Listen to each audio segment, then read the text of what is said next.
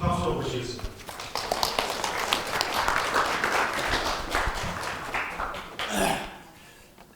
먼저 말씀드릴 건 저 자신이 북한에서 10년 기자 생활을 하고 10년 작가 생활을 했습니다. 20년 정도 그 문필 활동했다고 얘기할 수 있을 것 같습니다. 북한에서는 다 아시는 바와 같이 문학이라는 것이 존재하지 않습니다. 그래서 먼저 얘기를 할 건 제가 말씀드릴 건 세 가지 체계로 말씀드리자고 했는데, 첫째는 이 고발이 그 작품이 가지는 사회적 의의가 뭐겠는가. 그 다음 두 번째는 북한 문학의 현 실태에 대해서 말씀 올리고, 세 번째는 우리 탈북 작가들이 창작 활동에 대해서 말씀 올리자고 합니다. 먼저 여기서 북한 말하자면 이 반디 선생의 고발, 이 사회적 의미에 대해서 얘기하겠습니다. 얘기하자기만 하면 우리 북한에서는 실질적으로 문학이라는 게 거의 사멸됐다고 얘기할 수 있습니다. 왜 그렇게 말할 수 있는가? 그 북한 문학은 말하자면 항구적 방침, 김정일이 지금은 김정은이겠죠. 그 항구적인 방침에 의해서 북한은 그 방침이라는 게 두 가지가 있는데, 하나는 항구적인 방침, 이건 시정 일관하게 영원히 집행이 될 방침이고, 두 번째는 상시적인 방침이 있습니다. 이건 월 보도 방향 제의서에 따라서 그달 뭘 해야 될 것인가 요거 하는 게 상시적인 방침입니다.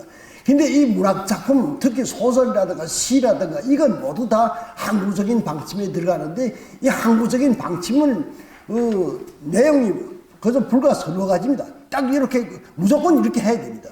첫째는 수령에 대한 위대성 선서입니다. 그러니까 김일성이나 김정일이나 김정은, 지금은 김정은이겠죠. 김정은이 위대성을 선전하는 거 제일 중요하게 생각하고 또 이걸 힘을 집중합니다.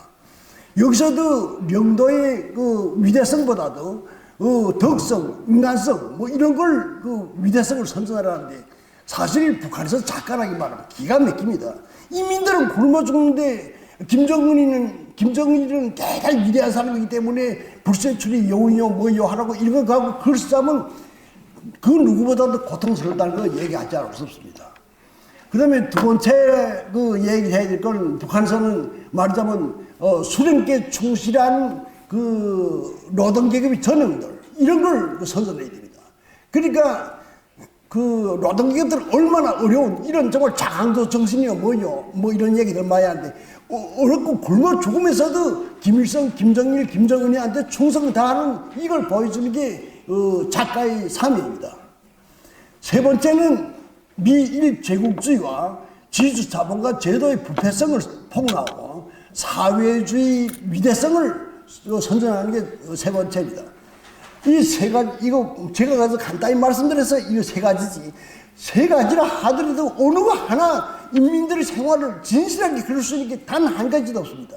인민들이 굶어 죽으려면 굶어 죽고, 북한은 핵실험을 해서 지금 세계적으로 제재를 받고, 이런 건 한마디도 말 못하고, 오직 이런 속에서도 김일성이나 김정일이나 김정은이가 어떻게 사회주의를 이끌어 나가는가, 이런 걸 선전해야 되는데, 참 저 자신도 북한에서 작가의 한 사람 있었는데 기가 막힌 일이라고 하지 않았을 수는 없습니다.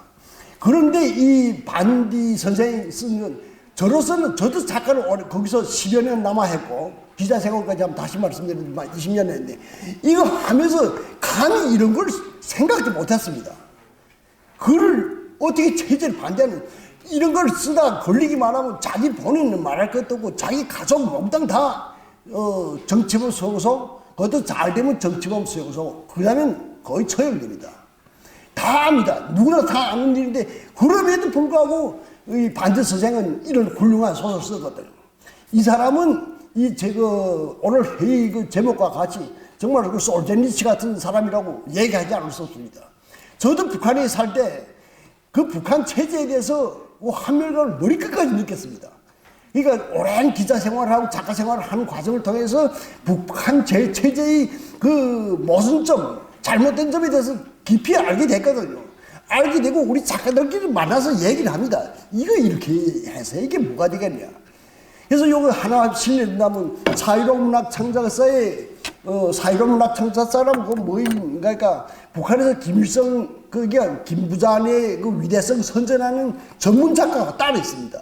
요거 사회로 문학 창작단이라는데 사회로 문학 창작단 단장을 하다 현승걸이라는 사람이 그다음에 또 최학수라는 사람이 또 유뭐가 세 사람이 이 사람들이 그 술 먹다가서 야 우리는 언제 글 같은 걸 좀 써보겠냐.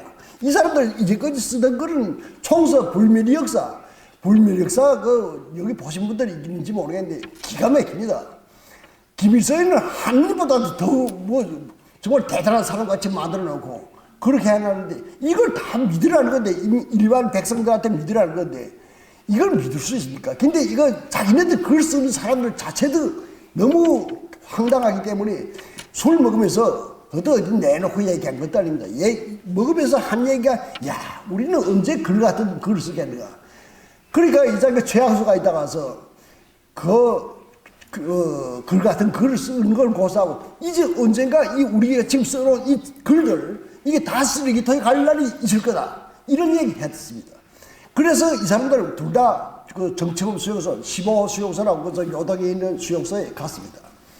그 다음에 요거 하나만 더 실린다면 옛날에 남에서 들어간 그 송영이란 작가분하고 리원우란 조갑서 선생님은 잘 아시리라고 생각하는데 그 이원우는 원래 카프 작가입니다. 거기서 제발 달리는 황소 뭐 이런 것들 다 우화 더 많이 썼는데 그 다음에 이쪽에 그 송영이란 선생은 희곡 작가인데 일체 며느리를 사자라라 황금산 뭐 이런 작품들 희곡들 많이 썼습니다. 이런 걸 썼는데 이 사람들이 마지막에 그 리원우가 그 상황에서 그러니까 장례식장에 갔거든. 장례식장에 가서 그러니까 묘지에 가서 성묘를 하고 거기서 다 이렇게 조문하는데 거기서 있다가 와서 그 송년이 뭐이라고 했는가 하니까 딱 한마디 했습니다. 야 너는 이제 죽었으니까 생활총화도 안 하겠고 그다음에 생활총화 뭐 학습도 안 하겠고 얼마나 좋겠냐 죽은 사람하고 좋겠는가 그래서 얘기를 했는데 이게 걸려가고 또 송년이 허양 쥐도 새도 몰래 잡혀갔습니다. 그리고 저와 같은 부서에 있던 송궁철이라고 젊은 작가인데 참 글 씁니다. 잘 씁니다. 그래서 저는 거기서 보고서 그 작가라는 게 나이 먹어서 글 잘 쓴 건 아니구나. 뭔가 패득패득하기만 하면 좀 기발한 창사에 있으면 잘 쓰는구나 느꼈는데 이 송영이도 또 글 쓰다가서 그 김정일이 생일과 관련된 글 썼는데 김정일이 생일을 지금 북한에서는 백두산 그 소백수 골짜기라고 그러는데 실제는 저 소련은 하바롭스크 비아츠크라는 데지 않습니까? 그래서 이걸 잘못 말했다고 해서 또 쥐새도 몰래 잡혀갔습니다. 이런데 이 반디 선생은 이런 속에서도 누구나 다 압니다. 저 체제 나쁘다는 거. 좀 우리 오랜 작가들은 금방 들어온 작가는 잘 모르겠죠. 저 오랜 작가들은 다 아는데 알면서도 생각을 뻔한데 쓰지 못하는 걸 이 사람은 자기 목숨을 걸고 썼습니다. 정말 어떻게 봐도 저로서는 글 쓰던 사람으로서는 놀랍지 않을 수 없습니다. 두 번째 책으로서는 북한 그 문학의 현 실태를 말씀드리자 합니다. 북한 문학의 현 실태는 그렇습니다. 북한에 그 작가가 얼마 있는가가 약 3,500명 정도 있습니다. 3,500명 정도 있는데 그 한 1,500명은 평양시내에 있고 그다음 2,000명 정도는 지방의 각 그 시군에 있습니다. 도시군에 이렇게 있습니다. 근데 이 그 북한 작가는 여기 한국인 작가가 다 뭐 일도 하고 절도 하고 왔다 갔다 하고 마음대로 하지만 북한 작가는 다 하나의 책에 묶여 있습니다. 크게 보면 현역 작가와 현직 작가라는 이런 두 개의 그 채널로 묶여 있는데 현역 작가라는 거는 그 조선문학 창작사, 그다음 사회로 문학 창작사, 그다음 각도 지부 이건 그 현역 작가라고 합니다. 그다음 현직 작가는 사회안전부, 중앙테레비, 그다음에 그 조선 김일성 종합대학, 김형직 사범대학, 그다음에 통전부 이런데 그 각 기관에 배속되어 있으면서 그 기관에서 필요로 하는 그런 작품들을 쓰는 작가들을 보고 현직 작가라고 합니다. 그래서 현직 작가든 현역 작가든 다 통째로 조선 그 작가동맹에 그 배속이 되어 있습니다. 그러니까 이중 배속이 되는 거죠.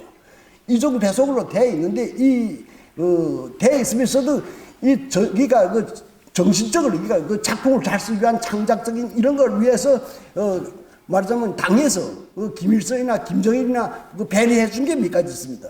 요게 뭐냐니까 평양시 작가들은 매월 마지막 주 금요일 날 오후 5시기만 하면 다 인민문화대공자에 모여서 한 3시간, 4시간 정도 김정일이 창작 방침에 대한 거 쭉 전달받습니다. 창작 방침을 전달받아야 뻔한 거지만 전달받습니다. 그런데 여기서 뭘 좋은 게 있는가 하니까 창작 방침을 전달받고 딱 작가들, 평양시내 작가들만 해서 애국영화를 하나씩 해줍니다. 근데 그 애국영화는 북한에서는 영화도 마음대로 못 보지 않습니까? 특히 애국영화는 볼 생각도 못 하는데 이런 애국영화를 본다는 건 참 너무나 큰 우리로서는 배려라고 생각했습니다. 그렇게 하고, 그 다음에 전국 작가들은 상반년에 한 번, 하반년에 한 번, 2번씩 일주일간 창작 강습을 합니다. 이 강습할 땐 기본은 또 역시 김일성이나 김정일이, 김정은이 이런 말씀 전달받고 여기에 비춰서 어떻게 창작을 할 것인가. 여기에 대해서 많이 전달받습니다. 그리고 이충구랑 이런 사람들, 마지막 단계에 들어와서 뭐라는 걸까? 창작하면서 어떻게 정말 김정일이 방침을 잘 받들고 김정일이 뜻과 맞는 이런 작품들을 많이 썼는가? 쓰게 된 자기 경험 발표랍니다. 사실 이충구는 북한에서도 북한에서 나오면 다 잘 알겠지만 첫 번째, 두 번째 손가락 꼽히는 그런 유능한 시나리오 작가입니다. 그래서 그 사람은 이렇게 모시고서, 쉽게 말하면 모시고서 그 사람이 창작 박침 받는데 그 사람 말도 같습니다. 그래서 결국은 자기는 잘 모르겠는데 김정일이가 어떤 거 하나 다 아이디어 띄워줘서 그다음부터 창작에 대화가 쫙 열리기 시작했다. 그래서 쉽게 말하면 어느 말이나 다 그걸로 귀결됩니다. 그래서 그걸 하고 마지막에 하는 게 애국영화를 합니다. 그래서 한 일주일씩 상반년에 한 번, 하반년에 한 번 하는데 한 일주일씩 하는데 일주일 사이에 한 7개, 좀 적을 땐 한 4개 이렇게 애국영화를 하는데 그게 우리로서는 상당히 아주 좋은 기회죠. 그 다음에 작가들을 위해서 어떤 배려가 있는가 하니까 백부도서라고 출판합니다. 전체 발행부수가 딱 100개입니다. 그러니까 이건 자본주의 사회 같았으면 아야 다 망하고 말겠죠. 근데 이거 100부를 출판해서 작가들 아는 사람은 일체 보지 못하게 합니다. 근데 이 백부도서를 여기 한국에 와서 보니까 백부도서가 이거 다 바람과 함께 사라지다. 그 다음에 서부전선 이상 없음. 그 다음 동백꽃 나갔어요. 여기 무슨 백부작이고 작가 아니라도 아는 사람은 다 마음대로 볼 수 있지 않습니까? 근데 북한에서 딱 작가들만 봅니다. 그래가지고 상당히 작가들이 어깨에 힘이 들어가거든요. 그 책을 본다는 것을 해가지고. 그런데 지금까지 이렇게 흘러왔는데 최근에 들어와서 북한의 작가가 제일 메카리 없는 게 작가입니다. 힘이 없어요. 기자는 차라리 어느 농장이라도 가서 하다못해 콩배나이라도 좀 취재를 하고서 달라면 콩 같은 것도 한 배랑 지어줍니다. 작가는 아무 힘도 없기 때문에 아무리 달라고 해도 주지도 않습니다. 그래서 최근에는 작가들 많이 작가 대열이 떨어져 나가고, 그래서 제가 들건대는 양강도 작가들 같은 건 부가 몇 명 남지도 않았다고 해서 그럽니다. 이게 지금 북한 작가의 실태겠습니다. 세 번째로 말씀 올릴 건 우리 탈북 작가들이 활동에 대해서 말씀 올리겠습니다. 그래서 사실 우리 북한에서는 흔히 그런 말 합니다. 일반 사람 100만 명이면 거기서 작가 한 명이 나온다. 그런 얘기를 하는데 우리 3만 명 나왔다니까 탈북자가 3만 명이라니까 원래는 작가 3명쯤 돼야 되겠죠. 근데 사실 그거와 같이 진짜 북한에서부터 글 쓰던 작가는 불과 몇 손가락 안 됩니다. 그리고 북한에서 얽히고 맺힌 그 사연이 너무 가슴 아파서 그걸 뭔가 세상에다 칵 흩어놓지 않고서는 도저히 견딜 수 없어서 작가를 하기로 마음먹고 작가 수업을 하는 사람들은 많습니다. 이제는 그래서 한 100여 명까지 올라섰는데 아직 근데 수준은 매우 미흡하다는 거 얘기하지 않을 수 없습니다. 그래서 우리 그 탈북 작가들이 쓴 책이 여기 이제는 제가 알건대 대한민국에 한 200권 남짓하게 좀 나왔다고 생각합니다. 그래서 여기는 오늘 외국 분들도 많이 오셨고 또 출판 보도 부분에서 일하시는 분들이 여러 분 오셨다기 때문에 제가 탈북 작가들이 작품 2개만 딱 소개해서 올리겠습니다. 좀 이 책들을 가지고 가서 번역을 해서 정말 세상 사람들한테 북한이 어떤 세상이다. 이거 책 2권만 보면 북한이 어떤 세상이라는 걸 잘 알 수 있을 것 같습니다. 제가 첫 번째로 소개할 거는 비운의 남자 장성택이라는 그 소설 있습니다. 이건 소설이라기보다 실화가 그래서 80% 실화라고 봐야 되겠습니다. 북한의 김일성이 김정일이 이 3대 세습이 어떻게 진행되어 왔는가? 이 3대 세습을 하는 과정에는 어떤 피투성의 싸움이 있었는가? 권력 싸움 말이죠. 그리고서 북한 체제가 실제로는 김정일이가 뭘 어쩌고 제가 어쨌든 그걸 기본 담았습니다.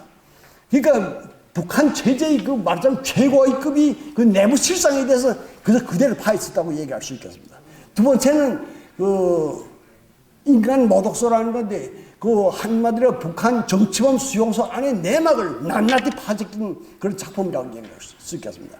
그래서 아무튼 이 두 책을 좀 여러분들께서 실제 보시고 다 한글로 됐으니까 볼 수는 없겠지만 어쨌든 간에 거기 약간의 설명서를 넣었으니까 보시고서 좀 자신들이 나라에 가서 좀 많이 선전해 줬으면 좋겠다는 말씀을 올리면서 이상 끝입니다.